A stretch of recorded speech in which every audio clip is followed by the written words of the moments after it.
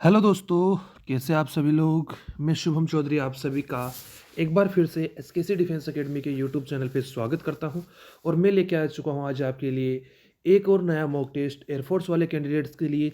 आज का अपना मॉक टेस्ट रहने वाला, जैसा कि आप स्क्रीन पे देख रहे हैं, मॉक टेस्ट नंबर 9 आज का अपना रहने वाला है। और इसके अंदर भी आपके लिए बेहतरीन लेवल के 20% रखे गए हैं।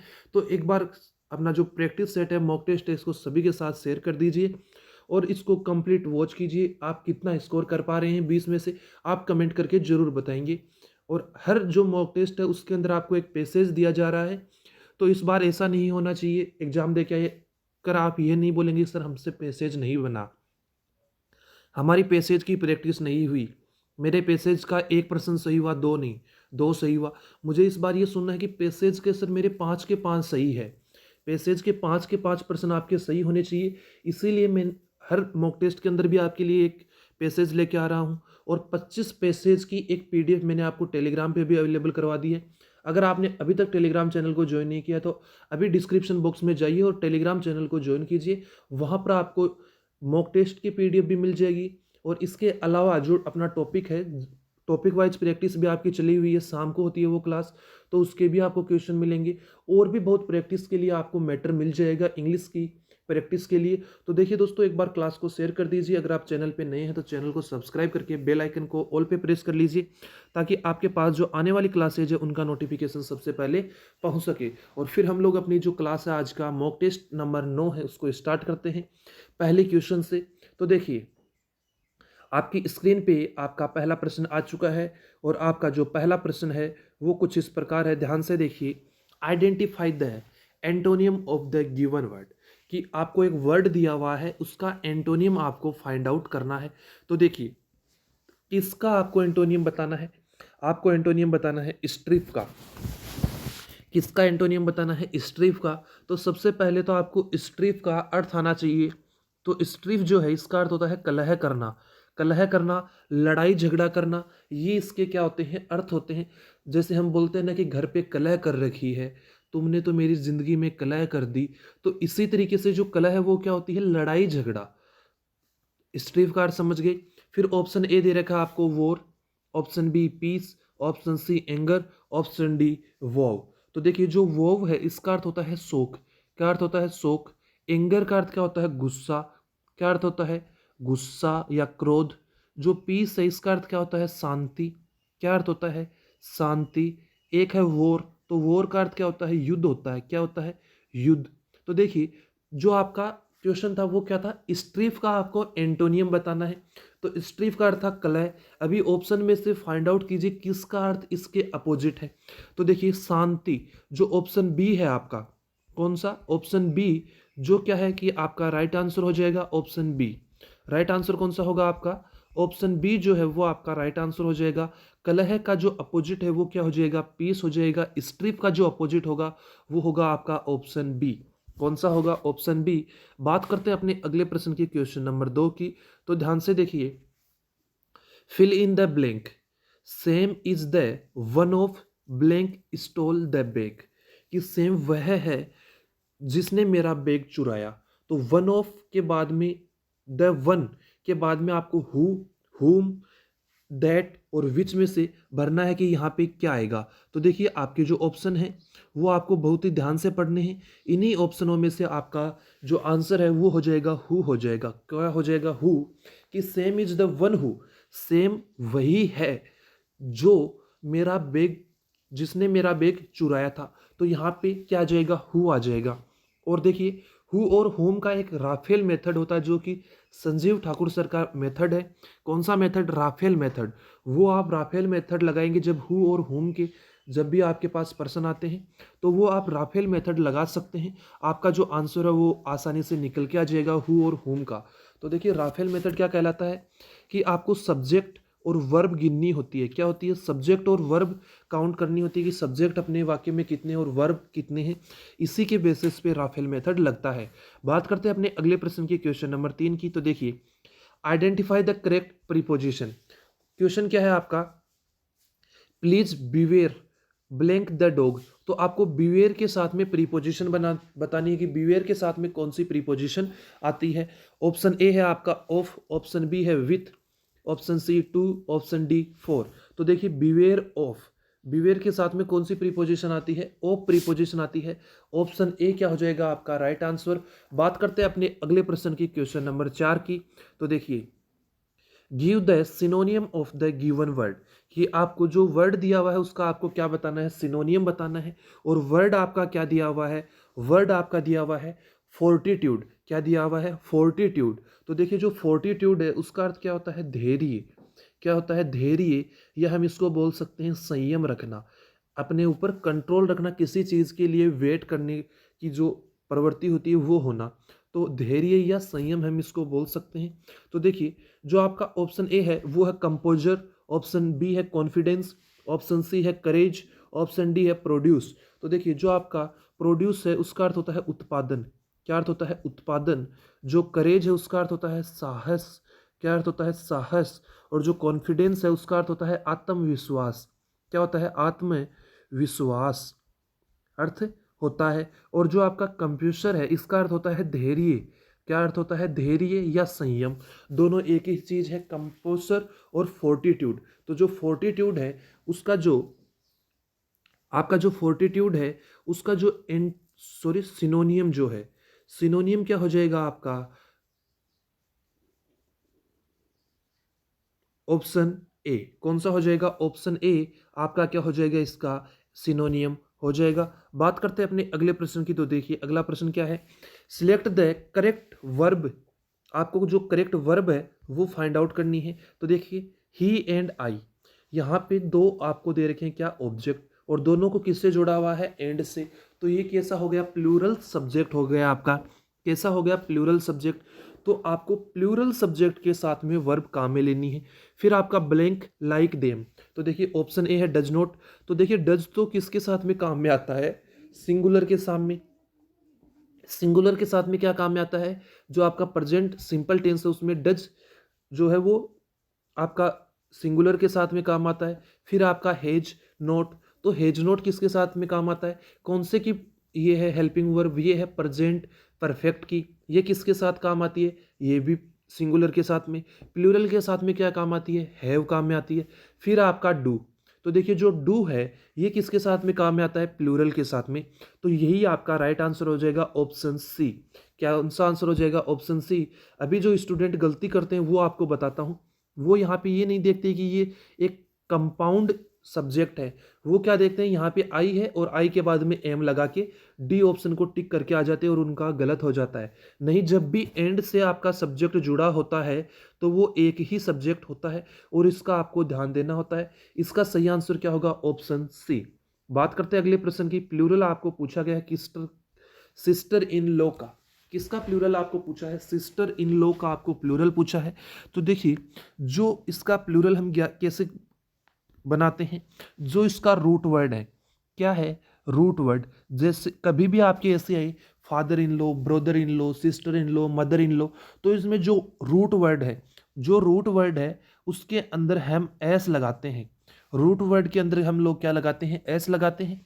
तो देखिए इसका रूट वर्ड क्या है, सिस्टर। तो इसका जो प्लूरल बनेगा वो कैसे बनेगा, sisters in law, sisters in law, इस तरीके से आपका बनेगा। तो जब आप ऑप्शन ए चेक करेंगे, कौन सा ऑप्शन, ऑप्शन ए आप चेक करेंगे तो क्या है, सिस्टर्स इन लॉ। तो ये ऑप्शन ए क्या हो जाएगा, आपका राइट आंसर हो जाएगा। अभी हम बात करते हैं अपने अगले प्रश्न की। तो देखिए अगला प्रश्न क्या है, choose the correct passive voice, कि आपको करेक्ट पेसिव वॉइस जो है वो चूज करना है। तो देखिए पेसिव क्या है, आप जो डायरेक्ट वाक्य, एक्टिव वॉइस का जो वाक्य है वो देखिए ध्यान से आप, डोंट टच दिस स्विच। आपको यहाँ पे क्या किया जा रहा है, मना किया जा रहा है, डोंट टच दिस स्विच। तो इसका जो अपना पेसिव बनेगा वो कैसे बनेगा, ऑब्जेक्ट पहले लेके आएंगे। ऑब्जेक्ट क्या है, दिस स्विच। तो देखिए दिस स्विच देखिए कितने में है, इसमें है, इसमें है, इसमें है, इसमें नहीं है। तो ये आपका क्या हो गया, गलत हो गया।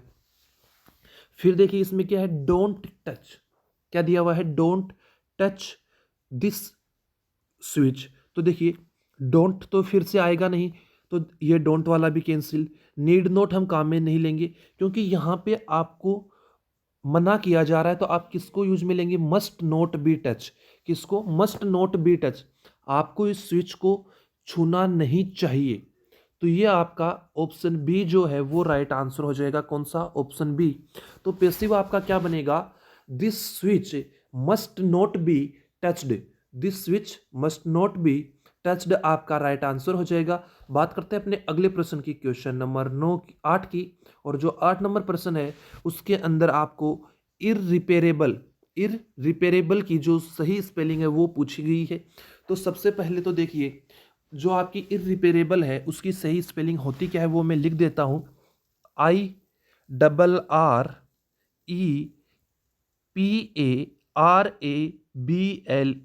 तो हम चेक करेंगे इसमें क्या आ रहा है। डबल आर आ रहा है, सभी में डबल आर आ रहा है, लेकिन डी में नहीं आ रहा है, तो डी नहीं होगा। फिर ई दिया हुआ है, सभी में ई है। फिर पी है, ए है। फिर आर, सिंगल आर आ रहा है, इसमें डबल आर आ रहा है, नहीं आएगा।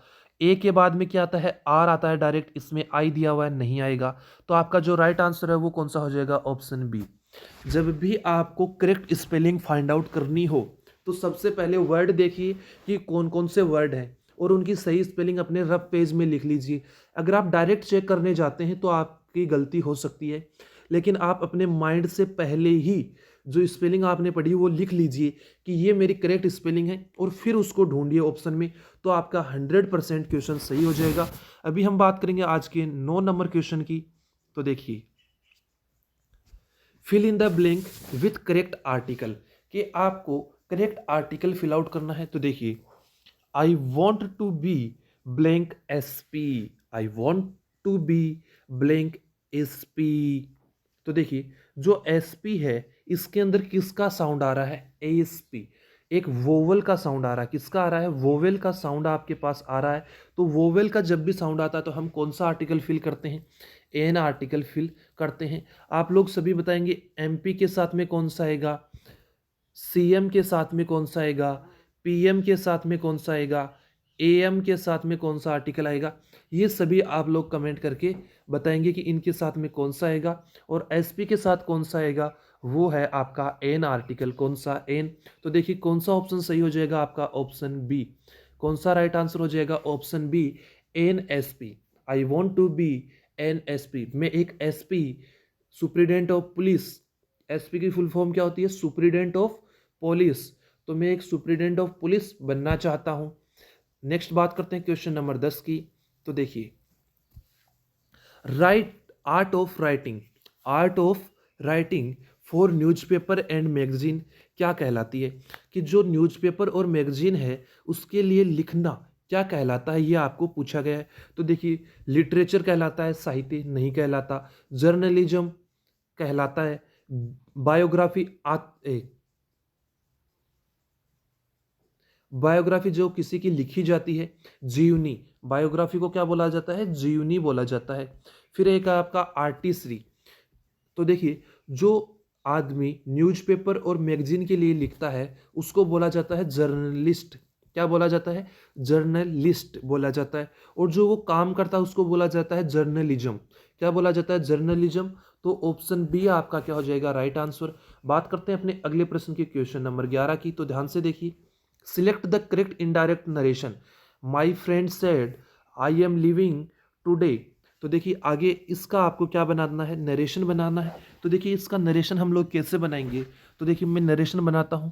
My friend my friend said my friend said that my friend said that. फिर जो आई है वो किसके अकॉर्डिंग चेंज होगा? आपके सब्जेक्ट के अनुसार। तो देखिए, सब्जेक्ट क्या है? My friend. तो माई फ्रेंड का जो प्रोनाउन हो जाएगा वो हो जाएगा ही। फिर एम लिविंग है। कौन सा टेंस है ये? प्रेजेंट कंटिन्यूअस है। कौन से में चेंज होता है? पास्ट कंटिन्यूअस में। तो चेंज कर दीजिए वोज लिविंग। क्या आ जाएगा? Was living. फिर क्या है? टुडे। टुडे किसके अंदर चेंज हो जाए? दैट डे के अंदर। किसके अंदर चेंज होता है? दैट डे के अंदर चेंज होता है। तो आपका जो सही इनडायरेक्ट नरेशन है वो क्या बनेगा? My friend said that he was he was leaving that day. तो देखिए इसको आप एक तो इस तरीके से बना सकते हैं, एक दूसरा तरीका जो आप एग्जाम में अपना सकते हैं। तो देखिए एग्जाम में आप किस तरीके से कर सकते हैं, आपको पता है कि नरेशन में टुडे किसके अंदर चेंज होता है, दैट डे के अंदर चेंज होता है। तो आप ऑप्शन चेक करेंगे अपने सभी, अगर सभी ऑप्शन में टुडे लिखा हुआ है तो आप इसको स्किप करेंगे, फिर दूसरा तरीका देखेंगे, फिर आप टेंस पे जाएंगे। वरना जब भी आप नरेशन देखें और उसके अंदर आपको एडवर्बियल मिले, क्या मिले, एडवर्बियल मिले, जिसको हम चेंज करते हैं, तो उसको चेक किया कीजिए, वहीं से आपका आंसर 99% निकल के आ जाएगा। जैसे इस पर्सन का निकल के आ रहा है, सभी में टुडे दिया हुआ है, लेकिन जो डी ऑप्शन है उसके अंदर क्या दिया हुआ है, दैट डे दिया हुआ है। फिर हम एक और चेक कर लेते हैं टेंस को, तो इसके अंदर इज, वोज, लिव्स, ये भी नहीं होगा, ये भी नहीं होगा, वोज दो में है, लेकिन इसमें दैट डे है तो ये ज़्यादा सुटेबल रहेगा। तो हम ऑप्शन डी यहाँ से भी आंसर कर सकते हैं। अगर हमें कॉन्सेप्ट क्लियर है तो हम बिना इसको बनाए हुए भी कर सकते हैं। बात करते हैं अपने अगले प्रश्न की, क्वेश्चन नंबर 12 की। तो देखिए 12 नंबर प्रश्न बहुत ही शानदार आपका प्रश्न रहने वाला है। Identify the meaning of given idiom. आपको एक ईडियम दिया हुआ है और उसका आपको मीनिंग बताना है कि उसका अर्थ क्या होता है। तो देखिए ए ग्रीन हॉर्न, ए ग्रीन हॉर्न किसे कहा जाता है। तो देखिए ऑप्शन ए है आपका a veteran, an experienced person, an important person. Option D है आपका कैंडिड। तो देखिए वेटरन, वेटरन क्या होता है, जो सर्विस छोड़ के आता है, जो सर्विस करता है उसको क्या बोला जाता है, वेटरन बोला जाता है। जब आप डिफेंस में जाएंगे तो आपका एक ग्रुप बनेगा वेटरन्स ग्रुप। कौन सा बनेगा, वेटरन्स ग्रुप आपका एक जरूर बनेगा। तो देखिए जो आपका एक ग्रीन हॉर्न है उसका अर्थ क्या होता है, एन इनएक्सपीरियंस्ड पर्सन। क्या होता है, एन इनएक्सपीरियंस्ड पर्सन। इसका राइट आंसर हो जाएगा ऑप्शन बी। हम लोग बात करेंगे अपने अगले प्रश्न की, क्वेश्चन नंबर 13 की। बहुत ही शानदार प्रश्न आपकी स्क्रीन पे आ चुका है आज का। तो देखिए आपको वर्ड दिए हुए हैं, 4 ऑप्शन दिए हुए हैं, उनमें से आपको क्या फाइंड आउट करना है, वर्ब फाइंड आउट करनी है। क्या फाइंड आउट करनी है, वर्ब फाइंड आउट करनी है। तो देखिए ऑप्शन ए है इलिजिबल, ऑप्शन बी है आपका एडसेंस, ऑप्शन सी है आपका प्रैक्टिस, ऑप्शन डी है आपका ले। तो जो आपका राइट आंसर हो जाएगा वो हो जाएगा आपका ऑप्शन डी। कौन सा हो जाएगा, ऑप्शन डी, ले आपका करेक्ट आंसर हो जाएगा। कि ले क्या है, एक वर्ब है। ले का अर्थ क्या होता है, रखना। तो ले आपकी क्या है, एक वर्ब है। बात करते हैं अगले प्रश्न की। तो देखिए अगला प्रश्न आपकी स्क्रीन पे आ चुका है और बहुत ही शानदार प्रश्न है एरर का। Identify the error. He was so inequipped that he rose many question in the class। तो देखिए इसमें आपको एरर फाइंड आउट करना है कि कहाँ पर एरर दिया हुआ है। तो देखिए इसके अंदर जो एरर है वो आपकी कौन से पार्ट के अंदर दिया हुआ है, आपको ऑप्शन बी में आपको एरर दिया हुआ है। कौन से पार्ट में, ऑप्शन बी में। तो देखिए रोज नहीं होता, राइज होता है। क्या होता है, राइज होता है। क्या होता है, राइज होता है। 1 मिनट और चेक करता हूं, 1 मिनट रुकिए। तो देखिए जो आपका गलती है वो किसके अंदर है, रोज के अंदर। कि जो क्वेश्चन है वो क्या किए जाते हैं, रेज किए जाते हैं, ना कि रोज किए जाते हैं। क्या किए जाते हैं, रेज किए जाते हैं। जो आपकी रोज है ये इंट्रांजेटिव वर्ब है। कौन सी वर्ब है, इंट्रांजेटिव वर्ब है। और जो आपकी रेज है वो कौन सी वर्ब है, आपकी ट्रांजेटिव वर्ब है। कौन सी वर्ब है, ट्रांजेटिव और इंट्रांजेटिव वर्ब आपको पता होनी चाहिए। तो जो रेज्ड है वो आपकी ट्रांजेटिव वर्ब है और जो रोज है वो आपकी इंट्रांजेटिव वर्ब। तो यहाँ पे रोज की जगह क्या आएगा, रेज आएगा। क्या आएगा, रेज आएगा। हम बात करते हैं अपने अगले प्रश्न की। तो देखिए जो अगला प्रश्न है वो बहुत ही शानदार प्रश्न आपका रहने वाला है। ये PQRS का प्रश्न है और एग्जाम में PQRS भी आपके आते हैं। तो देखिए पहला है आई वॉच। क्या दिया हुआ है, आई वॉच दिया हुआ है। सब्जेक्ट दे दिया, वर्ब दे दिया, फिर आपको इसके अंदर फिल आउट करना है। तो देखिए इसमें सबसे पहले क्या आएगा, आई वॉच एंड नहीं आ सकता, एंड के वाज के बाद में एंड नहीं आता, वर्ब के बाद में कंजक्शन नहीं आता, यहां पर भी कंजक्शन है। तो एक ऑप्शन बच जाता है, वो कौन सा है, आर। कौन सा बच जाता है, आर। तो देखिए ऑप्शन चेक कीजिए कि आर से कौन सा स्टार्ट हो रहा है। केवल आपका ऑप्शन सी स्टार्ट हो रहा है, तो हम लोग ऑप्शन सी को क्या लगा देंगे, करेक्ट आंसर। कि आपका जो बनेगा सीक्वेंस वो क्या बनेगी, RQSP। तो देखिए पूरा वाक्य क्या बन जाएगा, I was very excited when my father told me that I could go with him and stay for a few days in Delhi। तो ये आपका राइट आंसर हो जाएगा कौन सा ऑप्शन? Option C, RQSP। बात करते हैं अपने अगले प्रश्नों की, और अगले प्रश्न से स्टार्ट हो जाएगा अपना पैसेज। और पैसेज को आपको पहले बेहतरीन लेवल से पढ़ना है, और पैसेज को जो हिंदी अर्थ है वो आपके माइंड के अंदर होना चाहिए। अगर आपके माइंड के अंदर हिंदी अर्थ नहीं है तो आप पैसेज के जो प्रश्न है उनको नहीं बना पाएंगे। तो देखिए, पैसेज को ध्यान से पढ़ना है, ध्यान से पढ़िए। पहला जो पॉइंट है वो पढ़ते हैं हम लोग। The prisoner awaited his chance. जो कैदी है वो अपने मौके का इंतजार कर रहा था। फॉर 3 solid years, पिछले 3 सालों से he had schemed for this opportunity. वह इस अवसर की पिछले 3 सालों से योजना बना रहा था। Now that escape seemed so near at hand, those 3 years lost some of their मोन्टोमेनी। तो देखिए, अब वह पलायन इतना करीब लग रहा था कि उन 3 वर्षों की जो उसकी वेट करने का इंतजार था वो कुछ हद तक खत्म हो गया था। नेक्स्ट आपका, but he would never forget the lessons the close confinement. कि वह कभी भी नहीं भूल सकता किसको? कीड़ों कोड़ों की मार। लेसेज क्या होते हैं? कोड़ों की मार, जो कोड़े होते हैं उनकी मार। क्लोज कॉन्फिडेंट, जो उसके नज़दीकी कारावास में रहते थे वो। फिर आपका लो डाइट, कम आहार। फिर आपका and worse still the mental strain of those black days. और वो उन अपने तनाव भरे काले दिनों की जो उसकी मानसिक तनाव था उसको कभी भी अपनी ज़िंदगी में नहीं भूल पाएगा। Suddenly the warden did what he had hoped. अचानक वार्डन ने वही किया जो उससे करना था। He stopped to unlock the lower padlock with a dull थर्ड। He slumped forward with key in his hands. वह निचले ताले को खोलने के लिए रुका। धीमी आवाज के साथ वह चाबियां लेके आगे की ओर खिसका और उसके हाथ फिर आगे आपका swiftly the prisoner seized his keys unlock the hole and ran into the courtyard.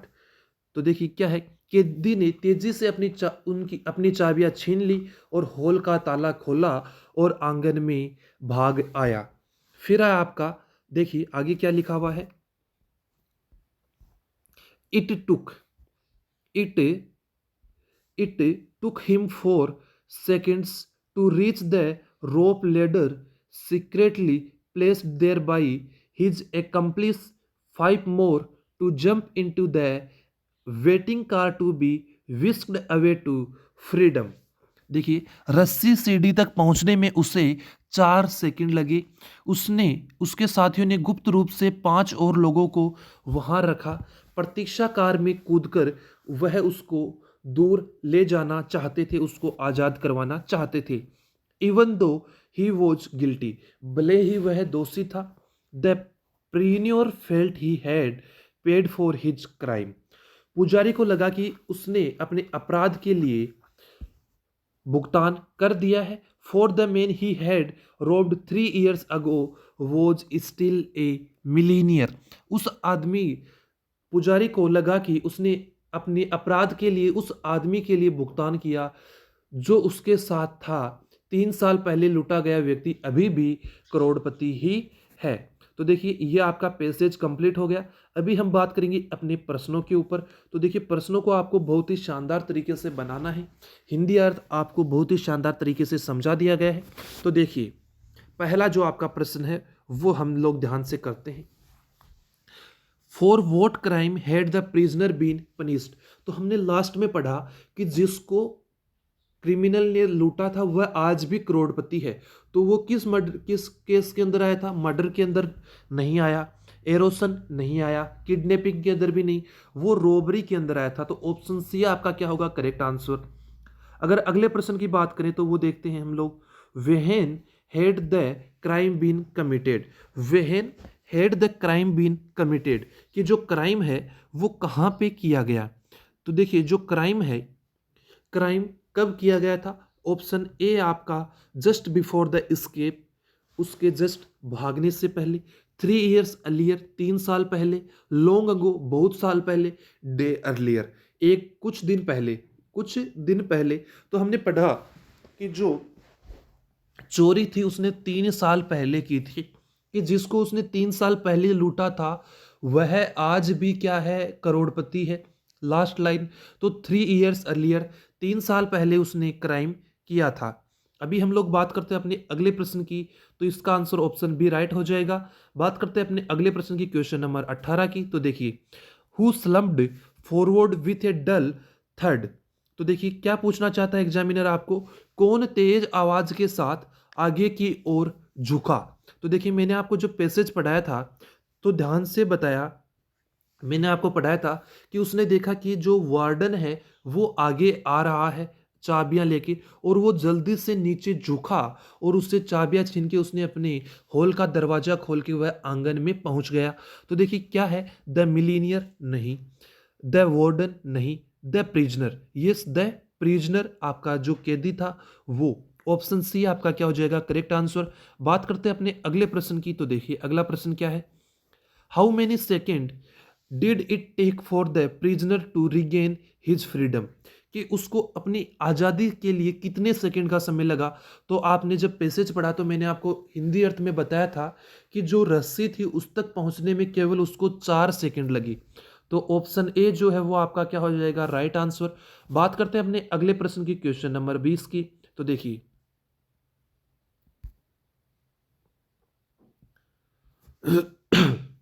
What did the prisoner suffer the most during imprisonment, कि जो कैदी था उसने अपनी जो जेल की जिंदगी थी उसके अंदर अधिक कष्ट क्या हुआ।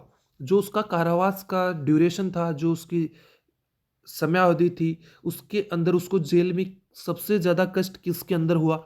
ऑप्शन ए स्वतंत्रता की हानि, ऑप्शन बी आपका मेंटल स्ट्रेन, ऑप्शन सी आपका physical torture, option D absence from his family.